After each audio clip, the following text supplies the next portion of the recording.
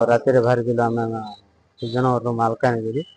P Sai Krishna driver P Sai Krishna ଯିଏ ଥିଲେ ତାଙ୍କ ଷ୍ଟେରିଂରେ ଗାଡ଼ି ଚଲାଉଥିଲେ।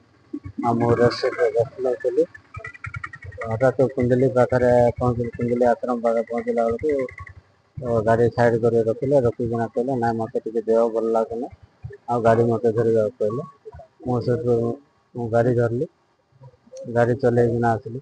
ଚଲେଇକି ଆସିଲା ବେଳକୁ ଡୁମୁରିପୁର ପାଖାପାଖି ଥିଲା ବେଳକୁ ତାଙ୍କେ ରେଷ୍ଟ ନେଉଥିଲେ। ଡୁମୁରିପୁର ପାଖ କହିଲେ ନାଇଁ ମୋତେ ଛାତିରେ ବେଶୀ ଯନ୍ତ୍ରଣା ହେଉଛି, ଆଉ ମୋତେ ନିଶ୍ୱାସ ପ୍ରଶ୍ୱାସ ନେବାରେ ଟିକେ କଷ୍ଟ ହେଉଛି। କହିଲା ସାଙ୍ଗେ ସାଙ୍ଗେ ଆମେ କଣ୍ଡକ୍ଟର ଇଏ କରିକି 108 ଆମ୍ବୁଲାନ୍ସକୁ ଯୋଗାଯୋଗ କରୁଥିଲୁ। କିନ୍ତୁ 108 ଆମ୍ବୁଲାନ୍ସ ସୁନାଉଡାରୁ ଆସିବ ବୋଲି କହିଲେ। ସେଥିପାଇଁ ବୋଲି ଲେଟ୍ ହେବ କହିକିନା ମୁଁ ସେ ଗାଡ଼ି ଇଏ କରିକି କୋରାପୁଟ ପର୍ଯ୍ୟନ୍ତ ବସ୍ଟା ଧରିକିନା ଆସିଲୁ। ଆସିଲା ପରେ କୋରାପୁଟ ବସଷ୍ଟାଣ୍ଡରେ ତାଙ୍କୁ ଅଟୋ ଦ୍ୱାରା ଆମର ଯେଉଁ କଣ୍ଡକ୍ଟର ଥିଲେ ବାଲାଜୀ ନାୟକ ବୋଲି, ସେ ବାଲାଜୀ ନାୟକକୁ ଧରିକିନା ନେଇକିନା ଗଲେ ମେଡ଼ିକାଲକୁ। ମେଡ଼ିକାଲରେ ତାଙ୍କର ଆଡ଼ମିଟ୍ କରାହେଲା, ଆଉ ଟ୍ରିଟମେଣ୍ଟ ବି ହେଲା, ଷ୍ଟାର୍ଟ ହେଲା। ଆଉ ତାପରେ ଘଣ୍ଟାଏ ପାଖାପାଖି ତାଙ୍କର କଣ୍ଡକ୍ଟର ଫୋନ୍ କରିକି ଗାଡ଼ିରେ 25 ଜଣ ଯାତ୍ରୀ ଥିଲେ। ଯାତ୍ରୀମାନଙ୍କର ନିହାତି ଜୀବନ ଆଉ ତାଙ୍କୁ ତ ସେମିତି ଇଏ ଲାଗିଲା ବୋଲି ମୋତେ ଦେଇଦେଲେ ଗାଡ଼ି ଷ୍ଟେରିଂ। ଗତ ରାତିରେ ମୁଁ ବିଜୟନଗର ଟୁ ମାଲକାନଗିରି ବସ୍ରେ ଫେରୁଥିବା ବେଳେ ମାନେ ପାଖାପାଖି ଆମ ପଟାଙ୍ଗୀ ପାଖରେ ଯିଏ ଆମ ସିନିୟର ଡ୍ରାଇଭର ସାଇ ଭାଇ, ତାଙ୍କର ହଠାତ୍ ଦେହ ଖରାପ ହେଇଯାଇଥିଲା। ବହୁତ ମାନେ ପେନ୍ ହେଉଥିଲା ଛାତି। ମାନେ ଘାଟି ପାଖରେ ଥିଲୁ ଆମେ, ପାଖାପାଖି ପାସେଞ୍ଜର ଥିଲୁ 25ରୁ 30 ଜଣ ଥିଲୁ। ହେଲେ ସେ ତାଙ୍କ ମାନେ ଦେହ ଖରାପ ହେଲେ ମଧ୍ୟ ଗାଡ଼ିକୁ ପାର୍ଶ୍ୱରେ ରଖି କଣ୍ଡକ୍ଟର ଡାକିକି କହିଲେ ମୋତେ ମୋ ଦେହ ଭଲ ନାହିଁ, ଆଉ ତମ ଗାଡ଼ି ନିଅ। ତାପରେ କଣ୍ଡକ୍ଟର ମାନେ ଗାଡ଼ି ସ୍ପିଡ଼ ନେଇକି ଆମ କୋରାପୁଟ ପହଞ୍ଚେଇଲେ। କୋରାପୁଟ ଯେମିତି ପହଞ୍ଚିଲେ ତାଙ୍କ ନିଶ୍ୱାସ ନେବାର ଅସୁବିଧା ହେଲା। ଯେମିତି ନିଶ୍ୱାସ ନେବାର ଅସୁବିଧା ହେଲା, ତାଙ୍କେ ସେଠି ଗାଡ଼ି ରଖିକି ଗୋଟେ ଅଟୋ ଡାକିକିନା ସେ କଣ୍ଡକ୍ଟର ଆମ୍ବୁଲାନ୍ସ ଡାକିବା ବି ଆମ ପାଖେ ସମୟ ନଥିଲା। ତେଣୁକରି ସେ ଅଟୋକୁ ଡାକିକି ଅଟୋରେ ଭର୍ତ୍ତି କରିକି ନେଇକି ମେଡ଼ିକାଲରେ ଆଡ଼ମିଟ୍ କଲା ପରେ ଅକ୍ସିଜେନ୍ ଦିଆହେଲା ତାଙ୍କୁ।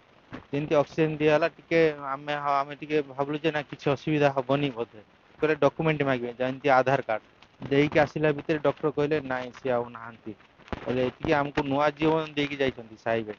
ସେ ସିନା ଏ ଦୁନିଆରେ ନାହାନ୍ତି, ମାତ୍ର ଆମକୁ ବଞ୍ଚେଇକି ଯାଇଛନ୍ତି। ଆମେ ପାଖାପାଖି ଥିଲୁ 25ରୁ 30 ଜଣ ପାସେଞ୍ଜର ଥିଲୁ।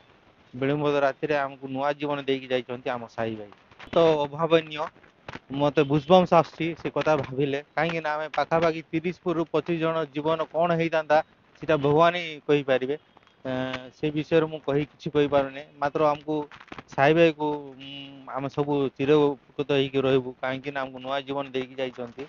ତାଙ୍କେ ସିନା ଏ ଦୁନିଆରେ ନାହାନ୍ତି, ମାତ୍ର ଆମକୁ ନୂଆ ଜୀବନ ଦେଇକି ଯାଇଛନ୍ତି। ବସ୍ଟି ବିଜୟନଗରମ ଠାରୁ ମାଲକାନଗିରି ଅଭିମୁଖେ ଆସୁଥିଲା।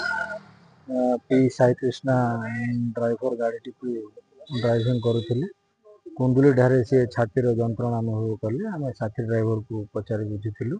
ଆଉ ସାଥୀ ଡ୍ରାଇଭରକୁ ଗାଡ଼ି ପାର୍କ କରିକି ଉପସ୍ଥିତି ବୁଦ୍ଧି ଖଟେଇ ଗାଡ଼ିଟିକୁ ରାସ୍ତା କଡ଼ରେ ରଖି ସାଥୀ ଡ୍ରାଇଭରଟିକୁ ଉଠେଇଥିଲେ।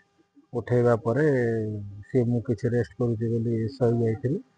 ଗାଡ଼ି କିଛି ସମୟ ଆଗକୁ ଆସିବା ପରେ ପୁଣି ତାଙ୍କ ଛାତିରେ ଅଧିକ ଯନ୍ତ୍ରଣା ଅନୁଭବ ସେ କଲେ। ଆଉ ଡକ୍ଟରଙ୍କୁ ମାନେ ଡ୍ରାଇଭରଙ୍କୁ କହିଲେ ପାଖାପାଖି କୋଉଠି ମେଡ଼ିକାଲ ଅଛି ଚାଲନ୍ତୁ ଯିବା। ତ ଡ୍ରାଇଭର ସାଙ୍ଗେ ସାଙ୍ଗେ ଡ୍ରାଇଭର କଣ୍ଡକ୍ଟର ମାନେ ସେଇଠାରୁ ଆମ୍ବୁଲାନ୍ସକୁ ଯୋଗାଯୋଗ କରୁଥିଲେ। ଆମ୍ବୁଲାନ୍ସ ସେ ଜାଗାରେ ଉପଲବ୍ଧ ହେଇପାରୁନଥିଲା। କୋରାପୁଟ ଡ୍ରାଇଭର ବହୁତ ସ୍ପିଡରେ କୋରାପୁଟ ଆଣେ। ସେଇଠାରୁ ଅଟୋ ସାହାଯ୍ୟରେ କୋରାପୁଟ ମେଡ଼ିକାଲକୁ ନେଇଥିଲୁ। ଆଉ ସେଠାରେ ଡକ୍ଟର ଚିକିତ୍ସିତ ଅବସ୍ଥାରେ ମୃତ୍ୟୁ ଘୋଷଣା କଲେ। ମାଲକାନଗିରିର ଲୋକାଲ ଆଉ ସିଏ ତାଙ୍କର ବୁଦ୍ଧି ଖଟେଇଥିବା ହେତୁ 25 ଜଣ ଯାତ୍ରୀ ସୁରକ୍ଷିତ ଅବସ୍ଥାରେ ମାଲକାନଗିରି ପହଞ୍ଚିଛନ୍ତି।